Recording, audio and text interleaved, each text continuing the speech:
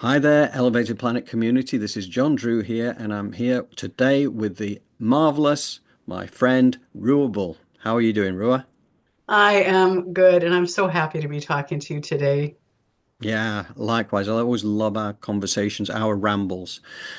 So, yeah, it's so today we're going to talk about the child, right? The inner child, all this kind of stuff, because it came up when we did our show last Sunday, something that Jole was talking about in some depth as well.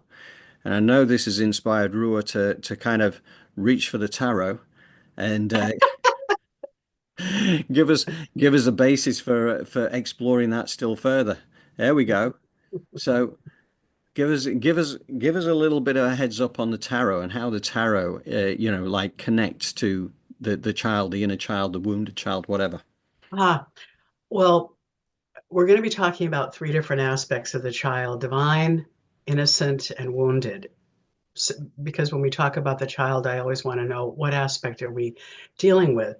I love the tarot, and someday I'd love to do a ramble with you around the Oh, tarot. I'd love that. I'd It'd love be that. great We fun. could do a live But reading for me. oh, there you go.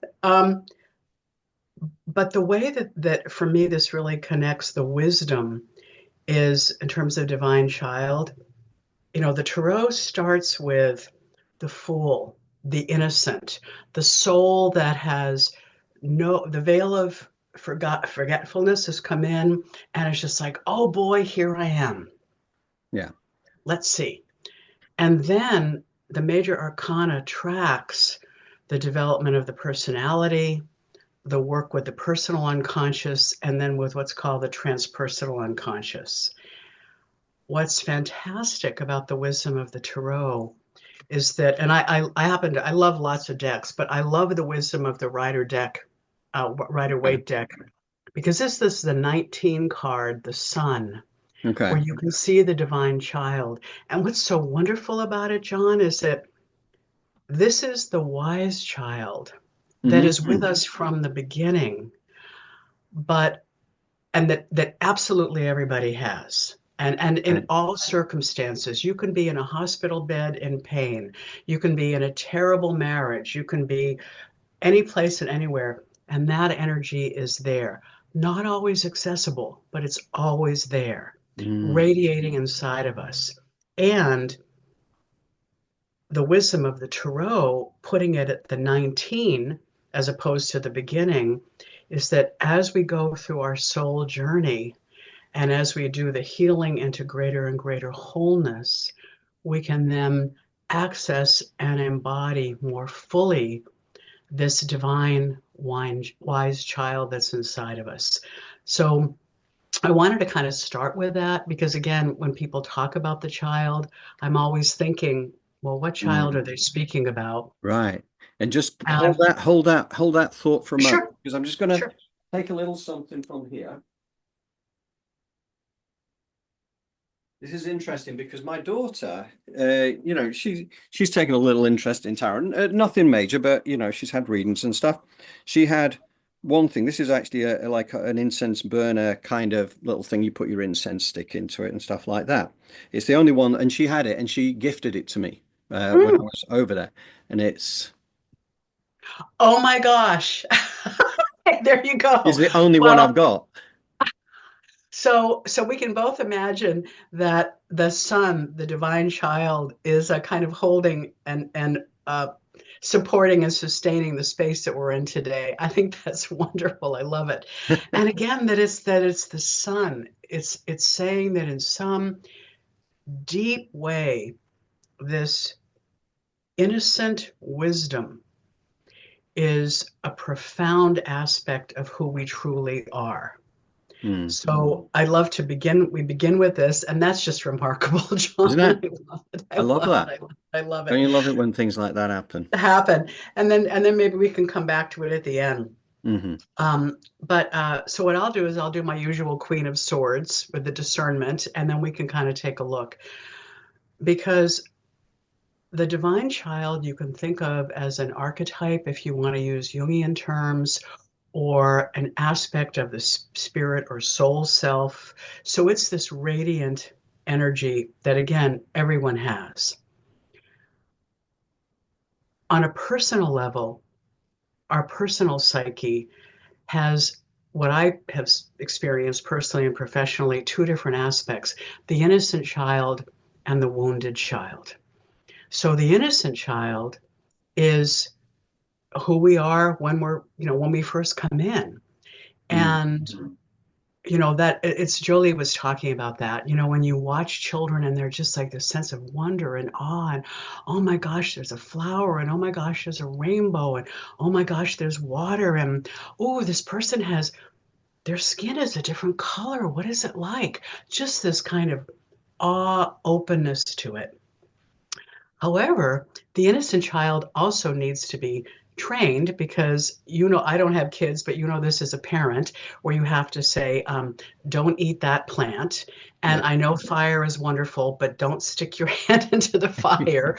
So there's a naivete that is both delightful and so moving for us as older people who sometimes lost that to witness. It's so touching. Um, and there also needs to be some education around it. Mm. Um, However, what happens to a greater or lesser extent is that that child tends to be covered over or disconnected from, depending on a person's experiences. Hmm. Um, the child wants to play with somebody of a different race. Oh, look at their color. Look. Oh, no, no, we don't play with people like that.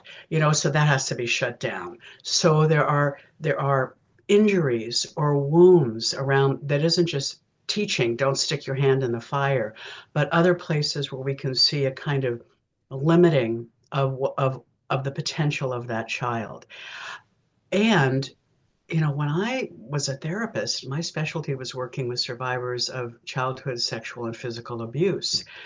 Some of these people, if you said to them, wanting to connect with a beautiful, innocent inner child, they would not only have no idea what you were talking about, they would actually feel like, invalidated because they have no memory of that. Mm. Sometimes when people have I worked with people who've had extremely difficult birth experiences and they were born uh, through trauma rather than and into an environment that wasn't welcoming. There are babies being born right now in Ukraine and Gaza. So, um, so sometimes to a greater extent, a lesser extent, the wounds can start coming in childhood. And the teaching around that is twofold. In order to be able to reaccess that inner innocent child that's also there, we oftentimes have to do a lot of healing work. That's why the meditations that Jolie does to really help us, she talks about as an inside job, the inner work. Yes. There's important inner work we can do around the wounded child. For me, psychotherapy helped because I hadn't experienced being in a loving relationship where I felt worthy of love and able to access self-love. And so 4 years of psychodynamic psychotherapy was my path to kind of come into being able to access again a part of me that could even love that child. I mean, I remember doing inner child work at one point and the therapist invited me to bring in my little girl. And she came in, she was like 6 or 7, and the therapist is saying, well, you need to love her, show her your love. John, I couldn't access love for her because because the injury that was there kind of pushed me away from that. Mm. So thankfully, the therapist, who was wonderful, asked me to bring in an internal nurturer, and this big St. Bernard came in and held the child until I was able to do enough healing work to be the one who could hold the child. This, by the way, and again, there are lots of different ways to do it. There's imagery work, there's different kinds of therapies, there's somatic work, there's energy healing. So you can find the different modalities that help you go in and meet with the wounded parts of yourself and help them heal in different ways. Oftentimes, the first thing that they need is to be seen, to be welcomed, to be loved, and then bring in whatever it is that helps them heal. Mm-hmm. A really wonderful training I got with core shamanism was something called about soul loss and soul recovery, retrieval. And the teaching is that we all have this innocent child. And again, for some people, it's a dramatic separation. For others, it's partly there, but other places we can't go, in playfulness or whatever. And in the shamanic worldview, what they say when those things happen, that innocent child separates, doesn't die, isn't killed off, but isn't able to inhabit the same space as the wound. So it leaves, and what's there is the wounded child. In my experience, again, personally working with a shaman who did this with me, and then me sitting with clients that I help do it for themselves, um, once enough of the woundedness has been cleared, so there's some space, doesn't have to be complete. I'm almost 74 and still stuff still comes up. Oh my gosh, you're there. But it's a never ending process, but apparently, at least for me. But if there's enough space cleared, you can actually do a soul retrieval and return back that child. So my main moment of soul loss that I remembered, I think I told you my mother was ill with alcoholism. And I remember when I was about 5 years old, hiding, I grabbed a piece of bread and ran into the closet and hid I can still sense the closet, I can smell it and feel it. And I was jamming bread in my mouth for a couple of reasons. One was to soothe myself, stop the emotions, and to keep quiet so I didn't draw her attention. So I have done soul retrieval around the part of me that left when I had to just shut down and stuff everything in order to be safe. After I did the soul retrieval, my sister sent me a bunch of pictures from our childhood that I didn't have. And I want to show you the picture that she sent that's now on my altar. This is who I was at 4. Right. So this is the little girl, Yeah, yeah. the joyful little girl sitting with her dolly Yeah. Yeah. before. So this is the innocent child. Yeah. And I couldn't access her until I had done enough work where there was space for her to come back. Mm. And so now I'm attuned to her, and she can be present in the circle of children inside of me, some of whom carry different wounds that I keep healing in different kinds of ways.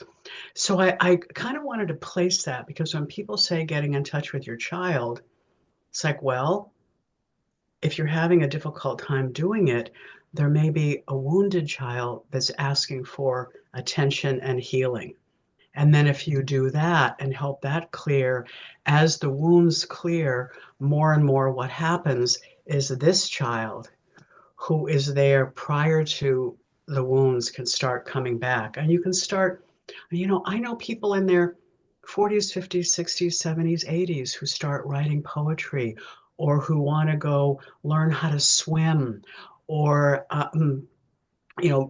paint, Mm. because they could never, or have a friend of a different race, whatever it was, the things that had taken this beautiful, naive, precious, awestruck wholeness that needed to be trained. Honey, don't put your hand in the fire and don't eat this poison ivy, but held whole, that actually starts to recover. Mm. And so we can access that. And then that innocent child of ours is very much attuned to that divine child. Mm. And that is that place of, again, that's so wonderful with the tarot. It's not at the beginning, it's towards the end, because this is the energy where we go through our life path, we do our growing, we do our healing, we do our recovery, we begin to re-access the wholeness that is our birthright. We begin to elevate out of the wound into the wholeness.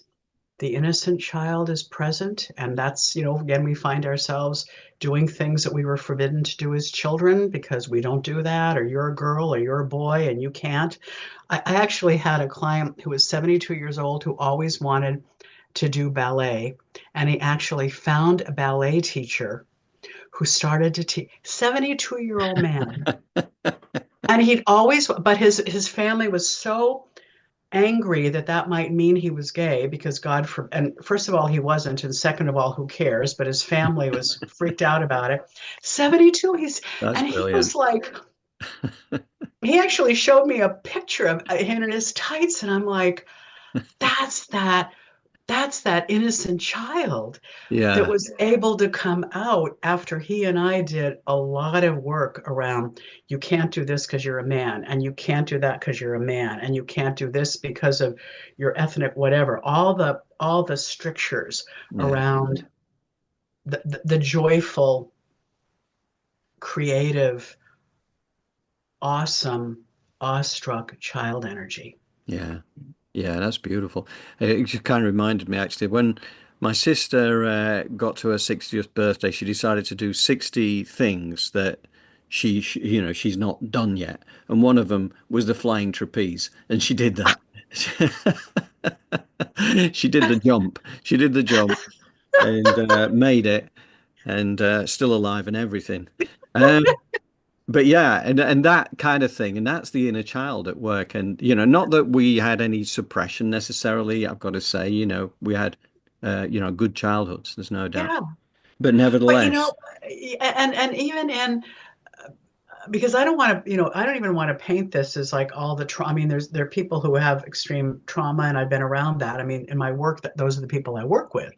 But even in a happy childhood, there are still places where it doesn't necessarily feel, repressive, but well, you can't do that, or we don't do yeah. that, or yes, I know you want to sit and, gaze at this flower for 40 minutes, but we need to go off to the, whatever. Mm, Um, Meeting. Uh, and so again, it's not about necessarily about trauma.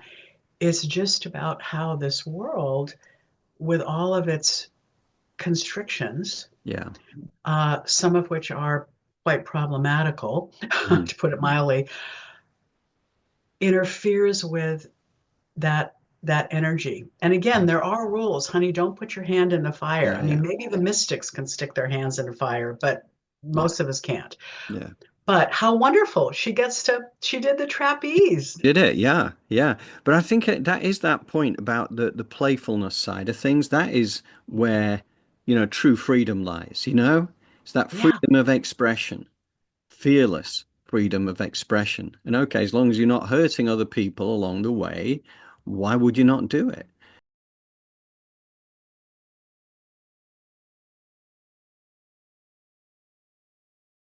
Also, you can see how, for a lot of children that go through, a difficult childhood, how in many ways it creates a heart wall, as being described as a heart wall, right? Because this is how you defend yourself. You don't right. allow people in because all of a sudden that's part of then I know, trying to get these things released. That's it. It's That's it. another part of the healing. It's a part of the healing. And the children, I have different, my name when growing up was Kathy. And I there's a inner image I have, which is a pool of water in Hawaii filled with these dolphins. Mm, And whenever I do a piece of healing with another child part, I always end up bringing them to this pool. So I've got all these little kids playing with these dolphins. And it mm. even feels like because dolphin energy, I mean, I've got the dolphin there, Right. is playful. Yes. And growing up in an alcoholic family as the oldest kid, I had to learn to be responsible pretty quick. Yeah. And so it's been a journey to learn how to be just playful and silly. Yeah. And so, in fact, sometimes the kids jump in the water and they turn into baby dolphins. It's Yeah. like it's so healing. Yes.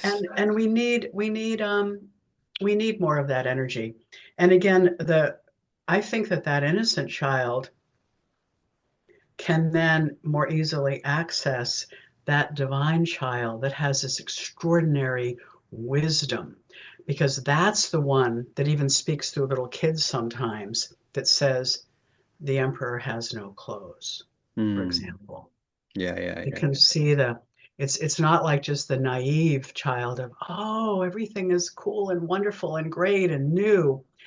But again, at the end of the Tarot journey, this child has gone through a lot of experiences and integrated a lot of experiences, and out of that has returned to wonder. Uh, Mm. some mystics call this the second naivete, Right. that comes out of healing.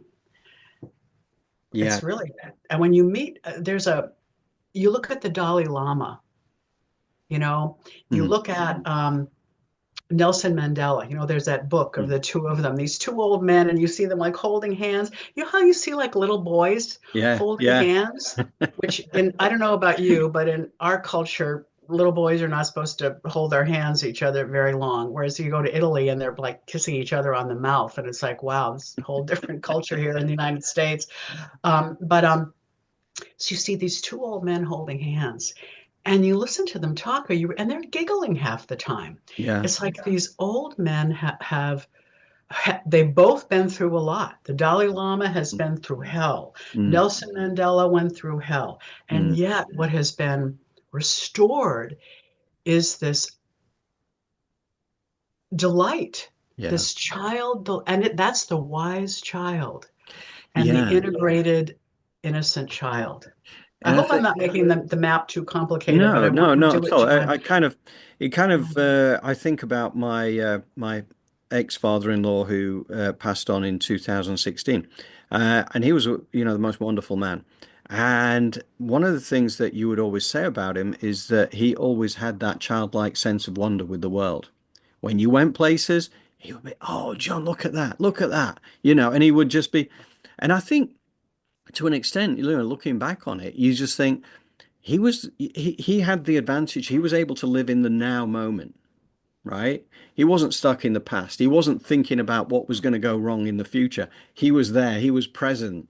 And he was, and he wasn't a spiritual man at all. He did go to church and he, occasionally, and it wasn't that he didn't believe or anything, but it wasn't his world. But he Yeah, just being who he was, that inner child was absolutely there. and in fact, it was interesting actually because I occasionally draw like the oracle cards, very occasionally, Hmm. and I always draw one at the end, which is like from my mom, message from my mom, and then a message from John, my ex father-in-law. And in fact, I've still got it attached to his picture over there now by the altar. Mm. And the last one that came up was playfulness, right? So, that's his message to All the synchronicities. Here we are.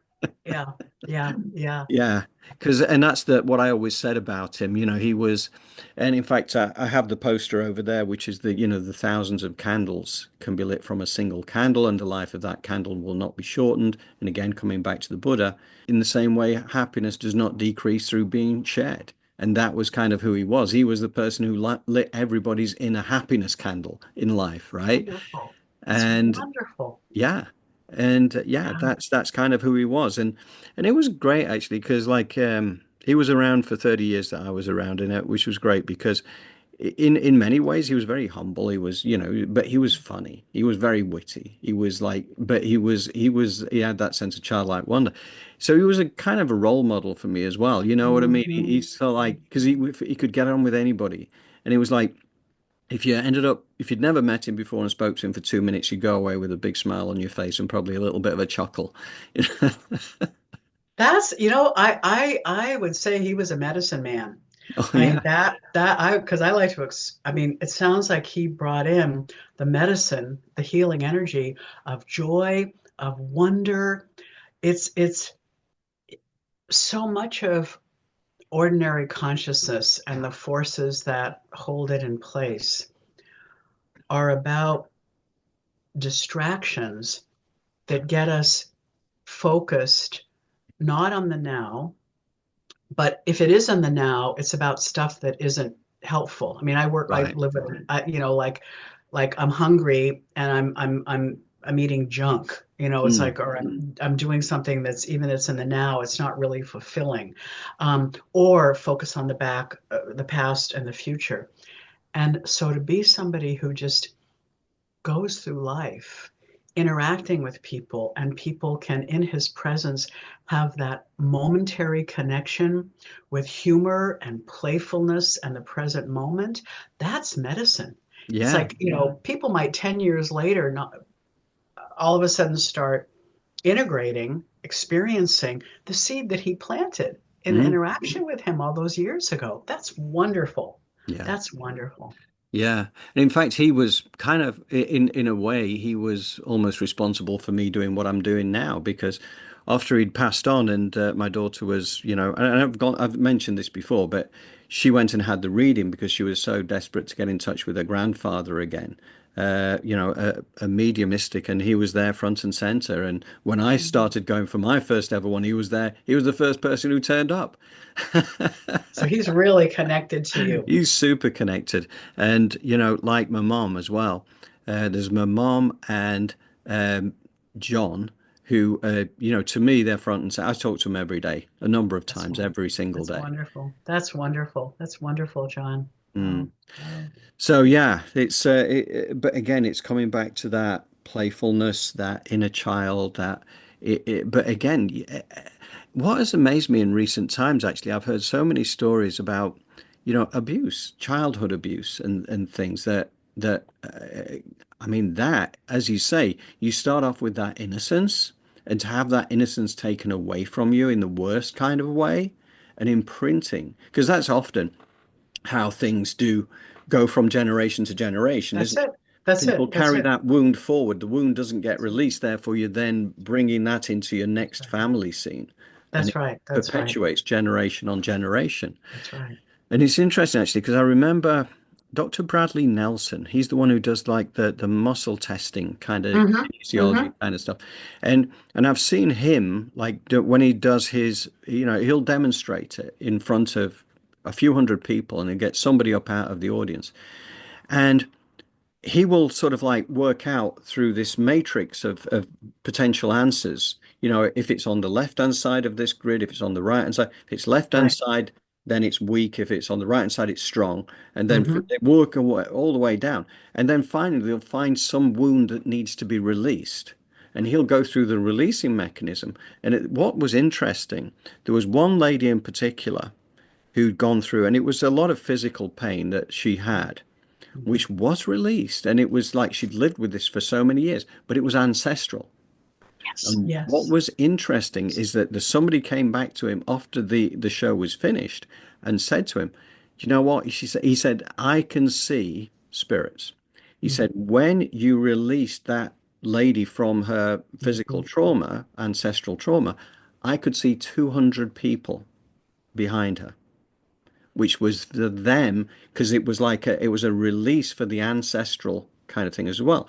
Because he used to take it back. How many generations has it been? Has it Right. been this? Has it been this? Has it been it? And it was like a long dated kind of thing. So it just shows how that wound can carry on. So the importance of releasing the wound is absolutely vital. Correct? I mean, that's the way I Yes. look at it. And I feel like part of the human condition, because we're born into duality, includes a kind of woundedness in that we are born into the illusion of separateness. Mm, And Thomas Keating, one of my favorite spiritual teachers, I mentioned him before. He said, "The great illusion is that we are separate." He used the God word. I will use Holy Mystery, the divine source. So he said, "So the great human illusion is that we're separate from that, and the spiritual journey is designed to help us remember the truth of who we really are." So we come into this woundedness, this duality realm. And you're right. In fact, when I work with my female ancestors on the Irish side, that's that circle of grandmothers that I'm Mm, in. And I have watched when I do different pieces of healing work, I've watched the wound be healed, or sometimes it'll go a certain generation back and it'll get stuck and there's another piece to do. mm, And, something I wanted to say that was really interesting about healing work. Um, when I was a therapist back in the 80s, the primary modality, and when I was a client in the 70s, was talk therapy, which was oftentimes fairly long term. I sat with this woman for 4 years, and that was important because the injury was in relationship. And so what I had was a reparative relationship. And when I was a therapist, that was oftentimes people have been deeply injured in relationship. And so our work had content, but a lot of what was happening was in the relationship field between us. But now I have a lot of colleagues and friends who are healers. And what's extraordinary, John, is that sometimes long term or longish term work is helpful because, some people will sort of do a little bit of a spiritual bypass. But somatic experiencing, there's a whole EMDR, eye movement thing now that's specifically for trauma. Ketamine. I mean, people have been using ketamine and uh, microdosing mushrooms with Vietnam vets who've had PTSD, and they've done everything from psychotherapy, electroconvulsive shock therapy, energy healing. They've done the whole gamut. mm, They do 2 or 3 sessions of this and it's gone. mm. So I want to hold it that there are many healing modalities, and there are some wounds that can be quickly released. There are others that actually need time and different kinds of approaches. But I watched a Native American medicine woman remove a tumor from a woman's breast, Mm. and it never returned. It's remarkable, isn't it?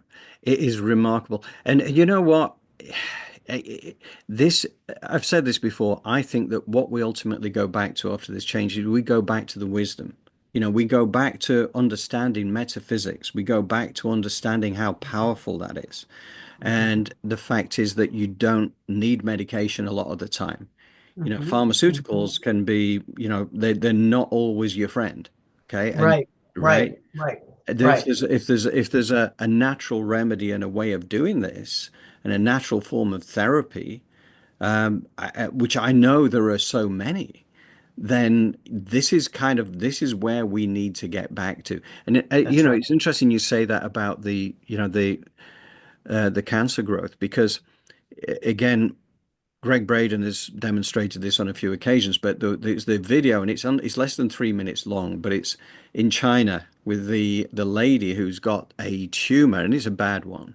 But she's got, and they actually show it on an ultrasound. So basically, half of the screen shows the ultrasound of the actual cancer itself, and then there are about, I think, 3 or 4 physicians around her. I say physicians, but they were kind of like, more of the esoteric, not esoteric, but more of the mystic side of things. She'd been there for a while because they had to make sure that her mindset was right because it's kind of a Mm-hmm. faith healing.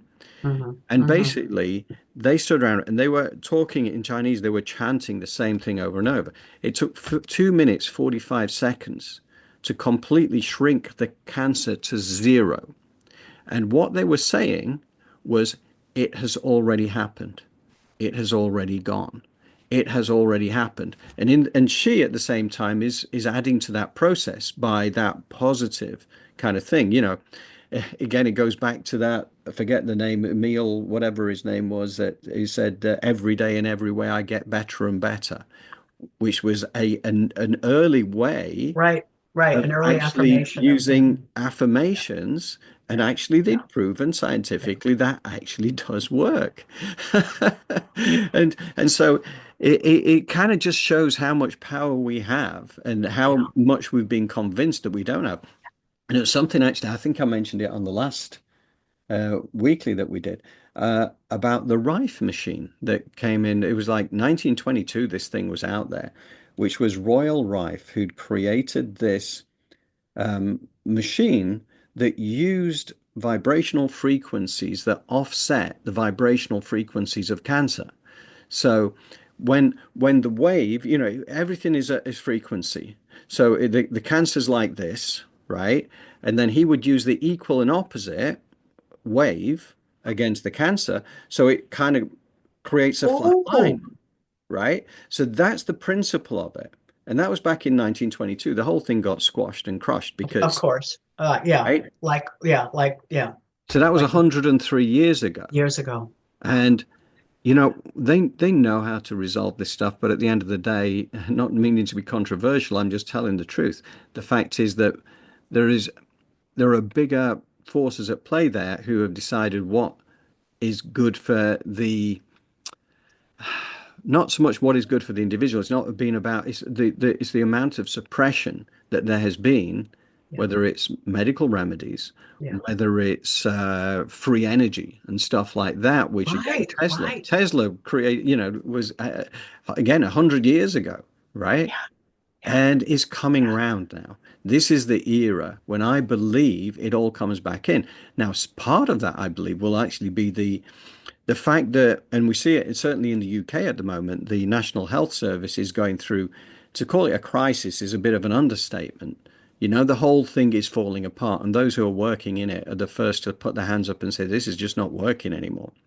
And by the way, that's happening here. I have a lot of clients who are physicians and nurses, and they are heartsick because of how here, I mean, I have to say it's hard to hear that National Health Service, because I think a lot of people here in the States think if we didn't have medicine for profit, that it would be better because basically the corporations run it. And again, like I said, my clients are just, they're heartsick. They can Mm. spend 7 minutes with a patient. But now you're saying even national health. So that means the whole Western system, not just the for profit, but all of it is in the process of collapsing. I think it is. I think it is. Wow. And, I think in the long term, there will be a rebalance. Okay. Mm, I do mm, think that where this will take us to, once we get through this time of absolute disclosure, which is the years ahead, we'll realize that we have an awful lot more personal power to heal ourselves and to actually prevent the imbalances from happening that right, create disease in the first place. right, Because, right, right. because modern pharmaceuticals are kind of attacking the symptoms, but they're not actually attacking the source of the problem in the first place. That's right. That's Just right. keeps on going round and round. It's and well, and I mean, my father-in-law had an experience where he got quite ill and was hospitalized. And one of the things they started doing was taking out the meds he was on. He was like on 11 different medications. And he started recovering when they took out a bunch. It's like because he'd take one medication, it would give him indigestion, and then they'd give him something for the indigestion, and then that like caused something else. And it was like this Rube Goldberg crazy thing that almost killed him. I mean, here in the States, and I haven't seen this statistic for a couple of years, so if this is no longer true, please people let us know. But I think it's called iatrogenic, doctor caused. Uh, so iatrogenic death, it was like number 3 in the nation. So deaths actually created by medical treatment was right up there in the top 5. So it's, John, something I want to, because that's where I think we're going. I mean, I think we're going towards Star Trek. I think we're going to that future life that you and I talked about, where I'm sitting doing some emotional healing and the people gathered around and sent light to us, which I know was helping the healing that was occurring between me and my future life. Um, I do want to say that the woman who was the head of IONS, Institute of Noetic Sciences, died of a brain tumor.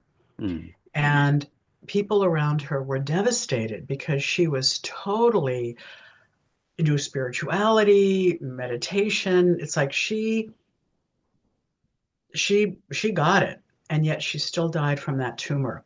And one of my main teachers, Lynn Breedlove, incredible intuitive that was like foundational for me, she died of melanoma. And what I want to just put out is, and this is never anything I've gotten from you and Jolie, thankfully, which I would have expected to not get because of who you guys are.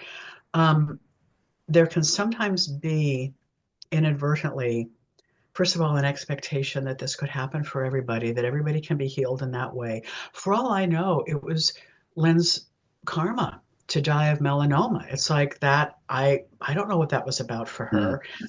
And because we're learning all these things, and then people who don't get helped by it can end up feeling ashamed, like I'm doing it wrong. And I'll see that, when I was in Santa Cruz, I'd see new agey people at a lower vibrational consciousness than we're talking about. Well, if you're sick, it's because you're not thinking the right thoughts, and it's your fault. And then I'm kind of get back into Christianity, and I'm exploring these waters, and then here are these sort of evangelical types. Well, you're sick because you're not praying the right way, and it's like, Yeah. stop it. It's it's some people really recover. I believe we're evolving to the place where more and more, maybe all of us will be able to. But I also want to hold a space for the folks who have a different journey to make.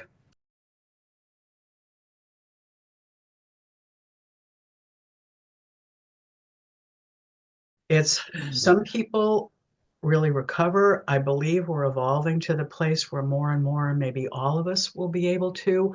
But I also want to hold a space for the folks who have a different journey to make. For sure. Yeah, and I think it's a really important point because, I've lost people in recent years that, you would not want to, and you would, hopefully offer them healing and you would send them healing. But, for a start, you have to be slightly careful with that because it's they've got to give you permission basically to do Right. this, right? Right. But Darn straight.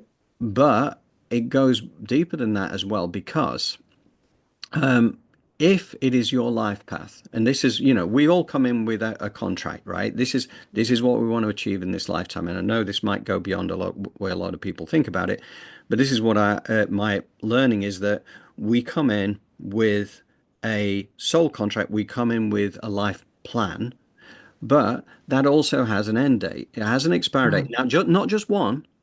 There could be, but there will be exit points. Now, it could be that I've decided that age 68 that I am going to die of cancer. Now, when it comes to and that's an absolute, and I've decided that's the last day I want to go. By then, I want to go. Okay. Now, it doesn't matter how much healing anybody gives me, or surgery, or chemo, or anything.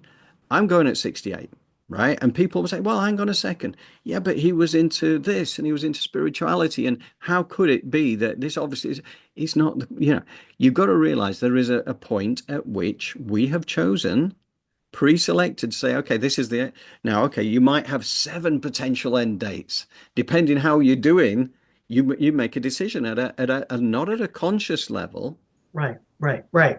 at that Yeah. higher consciousness level, who can see that higher consciousness level that understands everything in the big picture. That's it. That's it. That's, two things. And don't let me forget, I want to talk about healing and cure in a moment, but that thing about the endpoints. I went to a psychic probably 20, 30 years ago, and she did something that was really inappropriate. And you and I'll talk about psychic etiquette at some point because, oh my gosh, was that a mess in Santa Cruz? You're in the store and somebody comes up to you and says, oh, you have ovarian cancer. You better go to your doctor. And it's like, go away. Like, ugh. Um, she told me when I was going to die. Now, I didn't ask her for that. I had given her no permission. And and then now it's like stuck in my head. So I actually had to do some healing work to get rid of that. But when I was talking to a guide, what the guide said is that what she was picking up is that if everything stays exactly the same that it is now, Hmm. this would be a launching time for you. Mm. But if so, she's seeing who you are right now when I was like 40 and where I was going. she said, as you continue on your journey and you're continuing to shift and grow, if on some spirit level, if you want, well, that's no longer the ending point. It can be if I choose that. Yeah. But I never heard anybody say that what you just said before, John, about the different jumping off points. So that really resonated for me because that's what my guide said. It's kind of like when you do the tarot. There's the card at the top, which is what spiritually is trying to happen. And then the last card in the Tree of Life is if everything stays the same, this is where we're going, and Mm. for whatever period we're asking for. And then you want to look at these two cards. How are they in relationship to each other? And if they don't relate, what you do is you go back through the other cards and find, now where's the place where I might want to do some work? Because here's the place where what spirit is trying to do and where I'm going can be adjusted a little bit or maybe a lot to bring these two uh, uh, into be coordinated together. I remember one for me was there was some unfolding that was trying to happen, and the last card was a block. And when I went back, I identified the card that represented a relationship that I needed to step out of. Because every time I tried to grow, this person, in fact, the image I got when I was thinking about him was he took me under his wing. Now, Mm. he first took me under his wing to help me learn and grow. This is my first hypnotherapy teacher who's brilliant. Um, but when I started to grow up beyond that wing and it was time for me to start to fly, wham, All right. the wing came down again. So so I think that must be about when we choose to leave too. If we keep doing our work, there are different points. And as you've said so often, death is not a mistake and it's not a bad thing and it's not a failure. Mm-mm. So there's another piece I want to bring in, Bernie Siegel, the difference between healing and cure, which I found helpful for people who are in a dying process. Um, he said that cure is the actual physical recovery.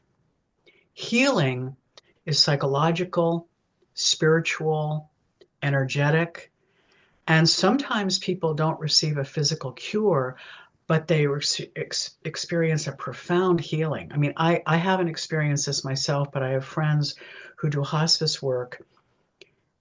And I have a friend who's a clergy person in hospitals, and he said, there are some people, and you walk into the room of somebody who's dying, and they're not physically cured, but the room is like radiant. It's like the nurses would just go and want to hang out there Yeah. because the healing into wholeness was happening.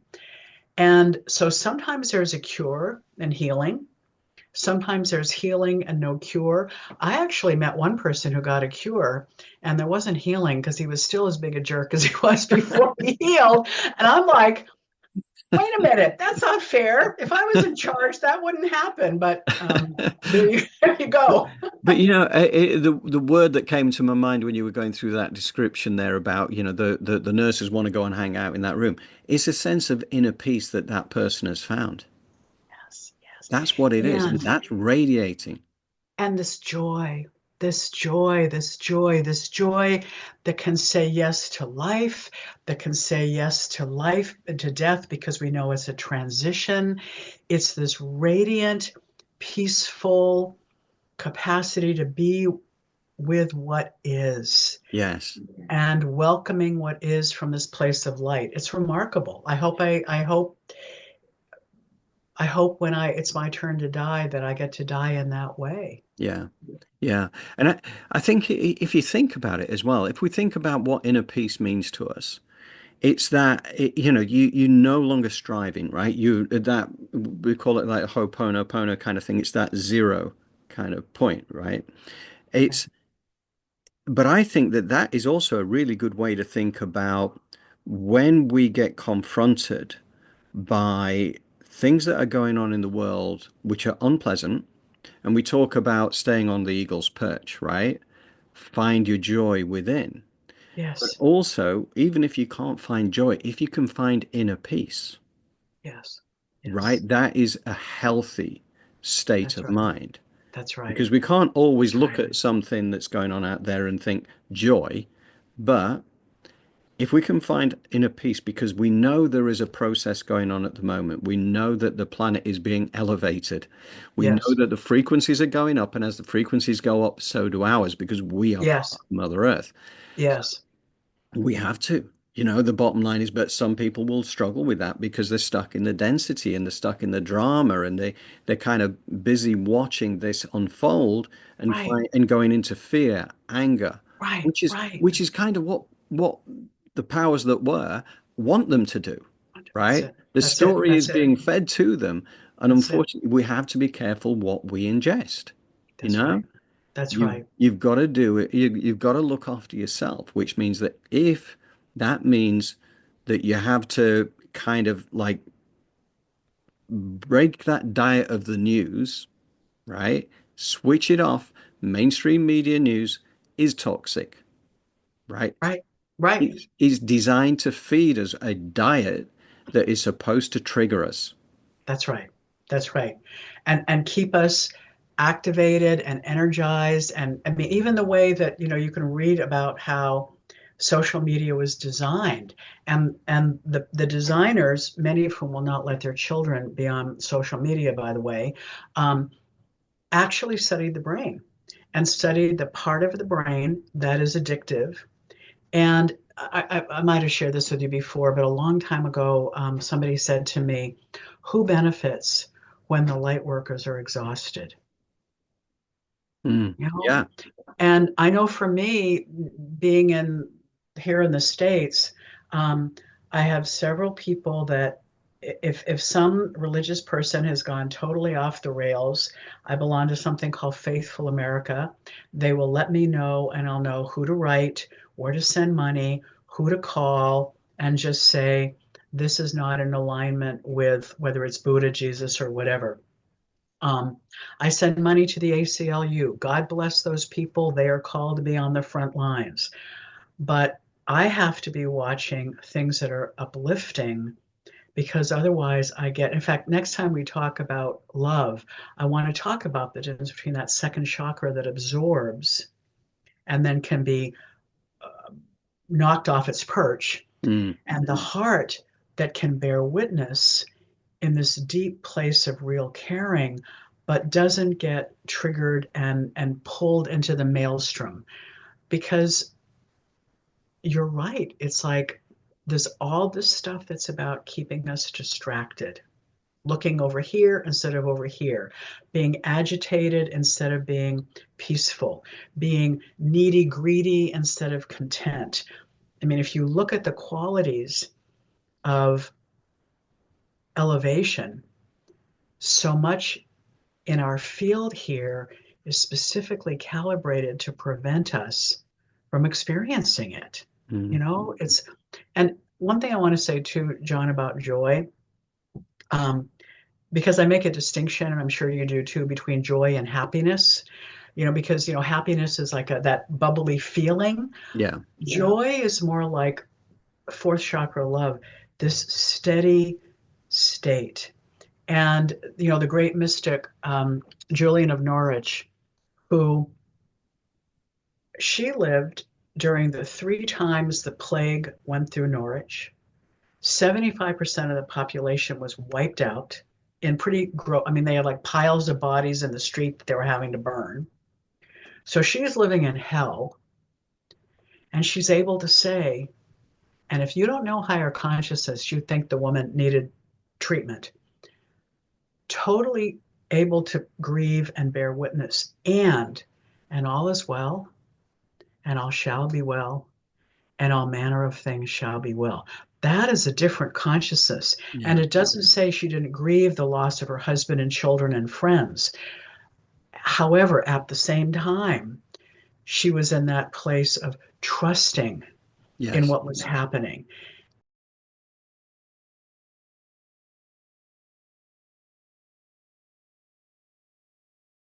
totally able to grieve and bear witness, and all is well, and all shall be well, and all manner of things shall be well. that is a different consciousness. And Yeah. it doesn't say she didn't grieve the loss of her husband and children and friends. However, at the same time, she was in that place of trusting in Yes. what was happening. And that's, I'll tell a personal story. I remember I was in a difficult circumstance with a colleague, and he was quite kind of angry at me and yelling at me about something.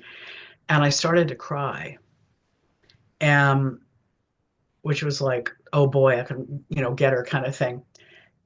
And something inside of me spoke and said, don't you dare think I'm diminished because I'm crying, because it took years in therapy to be able to feel what I'm feeling and be courageous enough and strong enough to bring forward these emotions.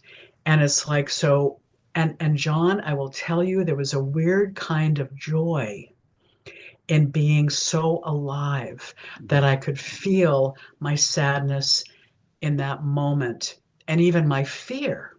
It's so the joy of being alive. So Yes. yeah, I wasn't going like whoop-de-doo, he's attacking me, but it was like, oh my gosh, I'm alive and I can respond and even stand up for my response. So I'm not happy looking at people in LA right now, but the joy in it is like I can feel my feelings. I can send them love. I can send them support. I can send money to the people taking care of the animals because that's always where I'm sort of drawn. And I can access the energies of all these guides that are there helping and holding these people who are going through this horror that where Mother Earth is showing us the way you're living doesn't work anymore. Mm. Yes. Does that make sense? Yes. Yes, it does. And like that freedom of expression thing, as you talk about it there, that's it. It's once you have the freedom to be who you are going to be at that in that moment, at that now moment, right? And not suppress, not hold it down. Um, and certainly I kind of think in terms of what you were describing with was it Julian of Norwich? Julian, Julian Julian. of Norwich. Ju Yeah, Julian. Julian, I think. Julian of Right. Norwich. Okay. Yeah, Yeah. And in a way, scientifically these days they talk about, quantumly entangling with, you know, your energy with certain things. And right. what she was smart enough, even though, clearly nobody was going around the streets of Norwich talking about quantum entanglement, but the fact is that when you get drawn into the density, you are adding your energy to the density. That's right. When you can rise above that and see an alternative way where you can hold that high frequency, you are quantumly entangling with high frequency, which is helping to raise everyone and That's right. everything at the That's same right. time, which is where the power of community comes in. This is Yes. what, say, Lynn McTaggart's doing in terms of the peace movement, right? That's right. Pulling That's together right. thousands of people around the world to join together into meditation, to imagine peace as if it already has happened, as That's if it's right. already in place. A That's bit right. like those doctors were doing around that lady that when they were getting That's rid of right. that cancer in 2 minutes That's right. 45 seconds, That's right? right. That's right. That's right. And as you say that, it kind of goes back a little bit to our beginning conversation about woundedness and healing.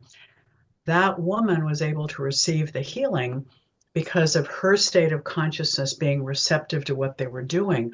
I think of the wonderful old book by Thich Nhat Hanh, Being Peace, where he said, if you want to bring forth peace, become peace.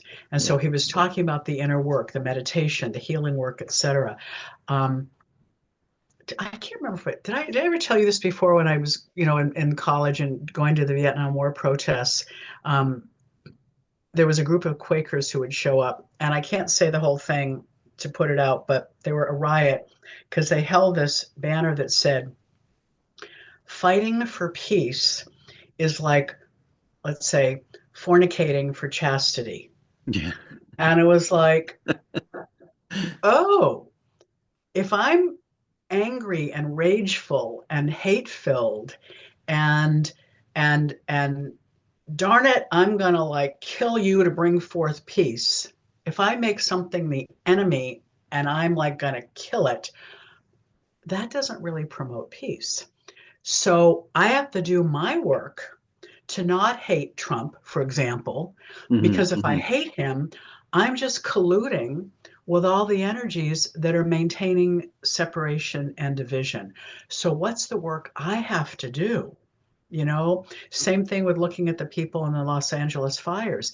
If I start drawing them into my body in a way that debilitates me because I'm overwhelmed and terrified and sick with grief, then I'm joining that. But if I can lift to this place of absolutely loving them and just sending love and sending love and sending support, and you are part of us and you are a wounded part of our body, and I'm sending this love to you. And that doesn't mean I'm not feeling fear, grief, or whatever, but my focus is on that elevated place. And then I'll get the download.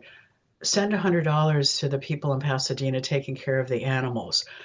There was this elderly man wandering around the street. Contact the Alzheimer's Association there. Has any people? What's happening with the people like that? So it's a whole different. And there's joy in being able. It's not like necessarily bubbly happiness, but there's this grounded joy that I think is the sister of peacefulness. Mm. And that's what the where the elevation is taking us. Mm. Yeah, yeah, yeah, yeah. No, it's important, and it is a case of understanding that everybody's here playing their roles Yes, the way it's supposed to be, right? So yes, even those that are reflecting dark roles are yes, still no less worthy of love, as you say, to your point. There's no, everybody's here serving a divine purpose. yes, yes. And, we have choices. We have choices about how we reflect that and how we grow and how that we internalize that. We Hmm. have a fantastic opportunity coming up to rise above the noise, to understand this is not happening to us, it's happening for us. For us, as you say, yes, yeah, And yeah. it's where it's taking us is a world of unspeakable beauty. And it's And that's where the divine child lives.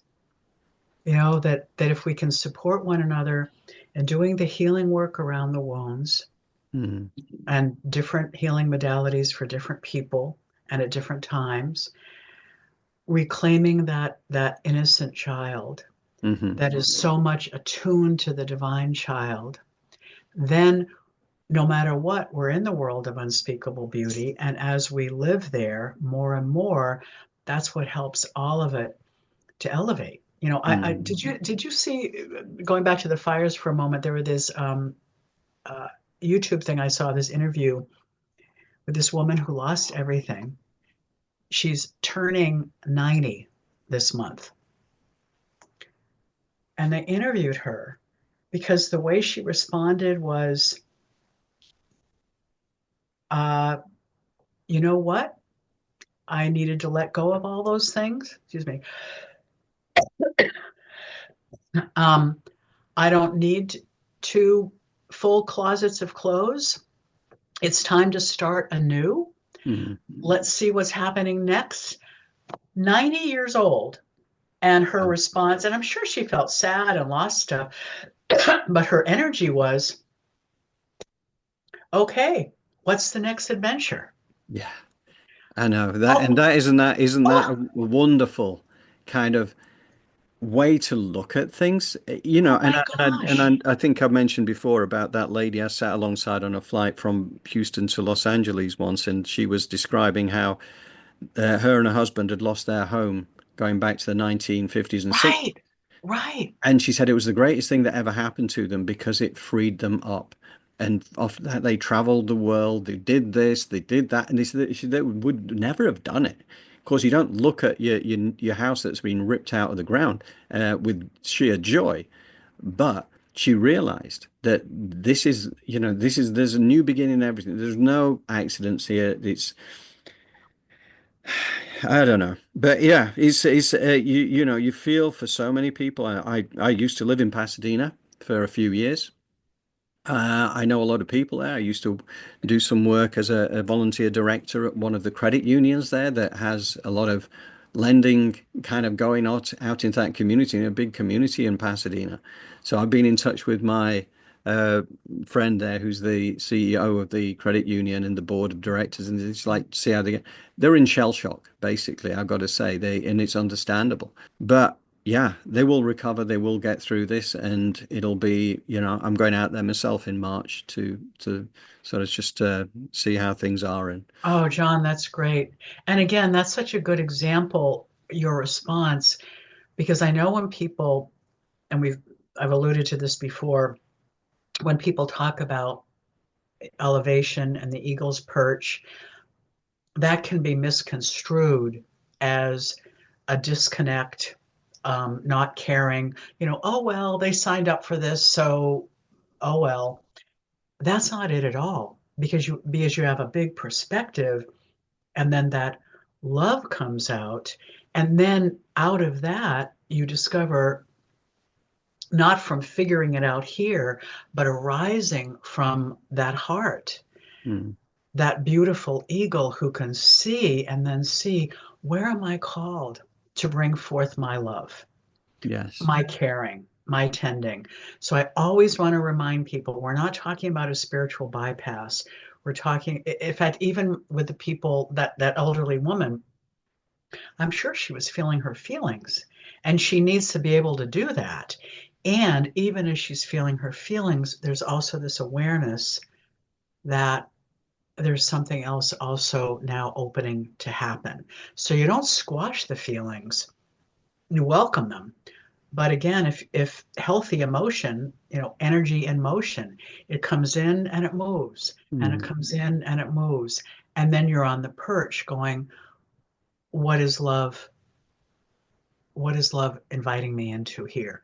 And mm, you're saying you're being invited to go back, check and see how things are, perhaps be with some of your former colleagues who were in shell shock, providing, because John, and you know this, even if you don't say anything to them about the things that you know now, because they yeah, can't receive it, your presence will radiate it. There's something that was ascribed to Francis of Assisi, although we don't know if he really said it, where he said, "Preach the gospel always, if necessary, use words." yes. I love that. Isn't that great? And Yeah. and and frankly, I think the more clear you get, the fewer words you need, Mm, because words can get in the way. So mm, I could see you being with them, and just the way that you have opened yourself to this wisdom and knowing, and the playful child and all of it, your compassion, your humor, all of it. There could be comfort just in their being with you, even if you don't ever try to convey the perch that you're on.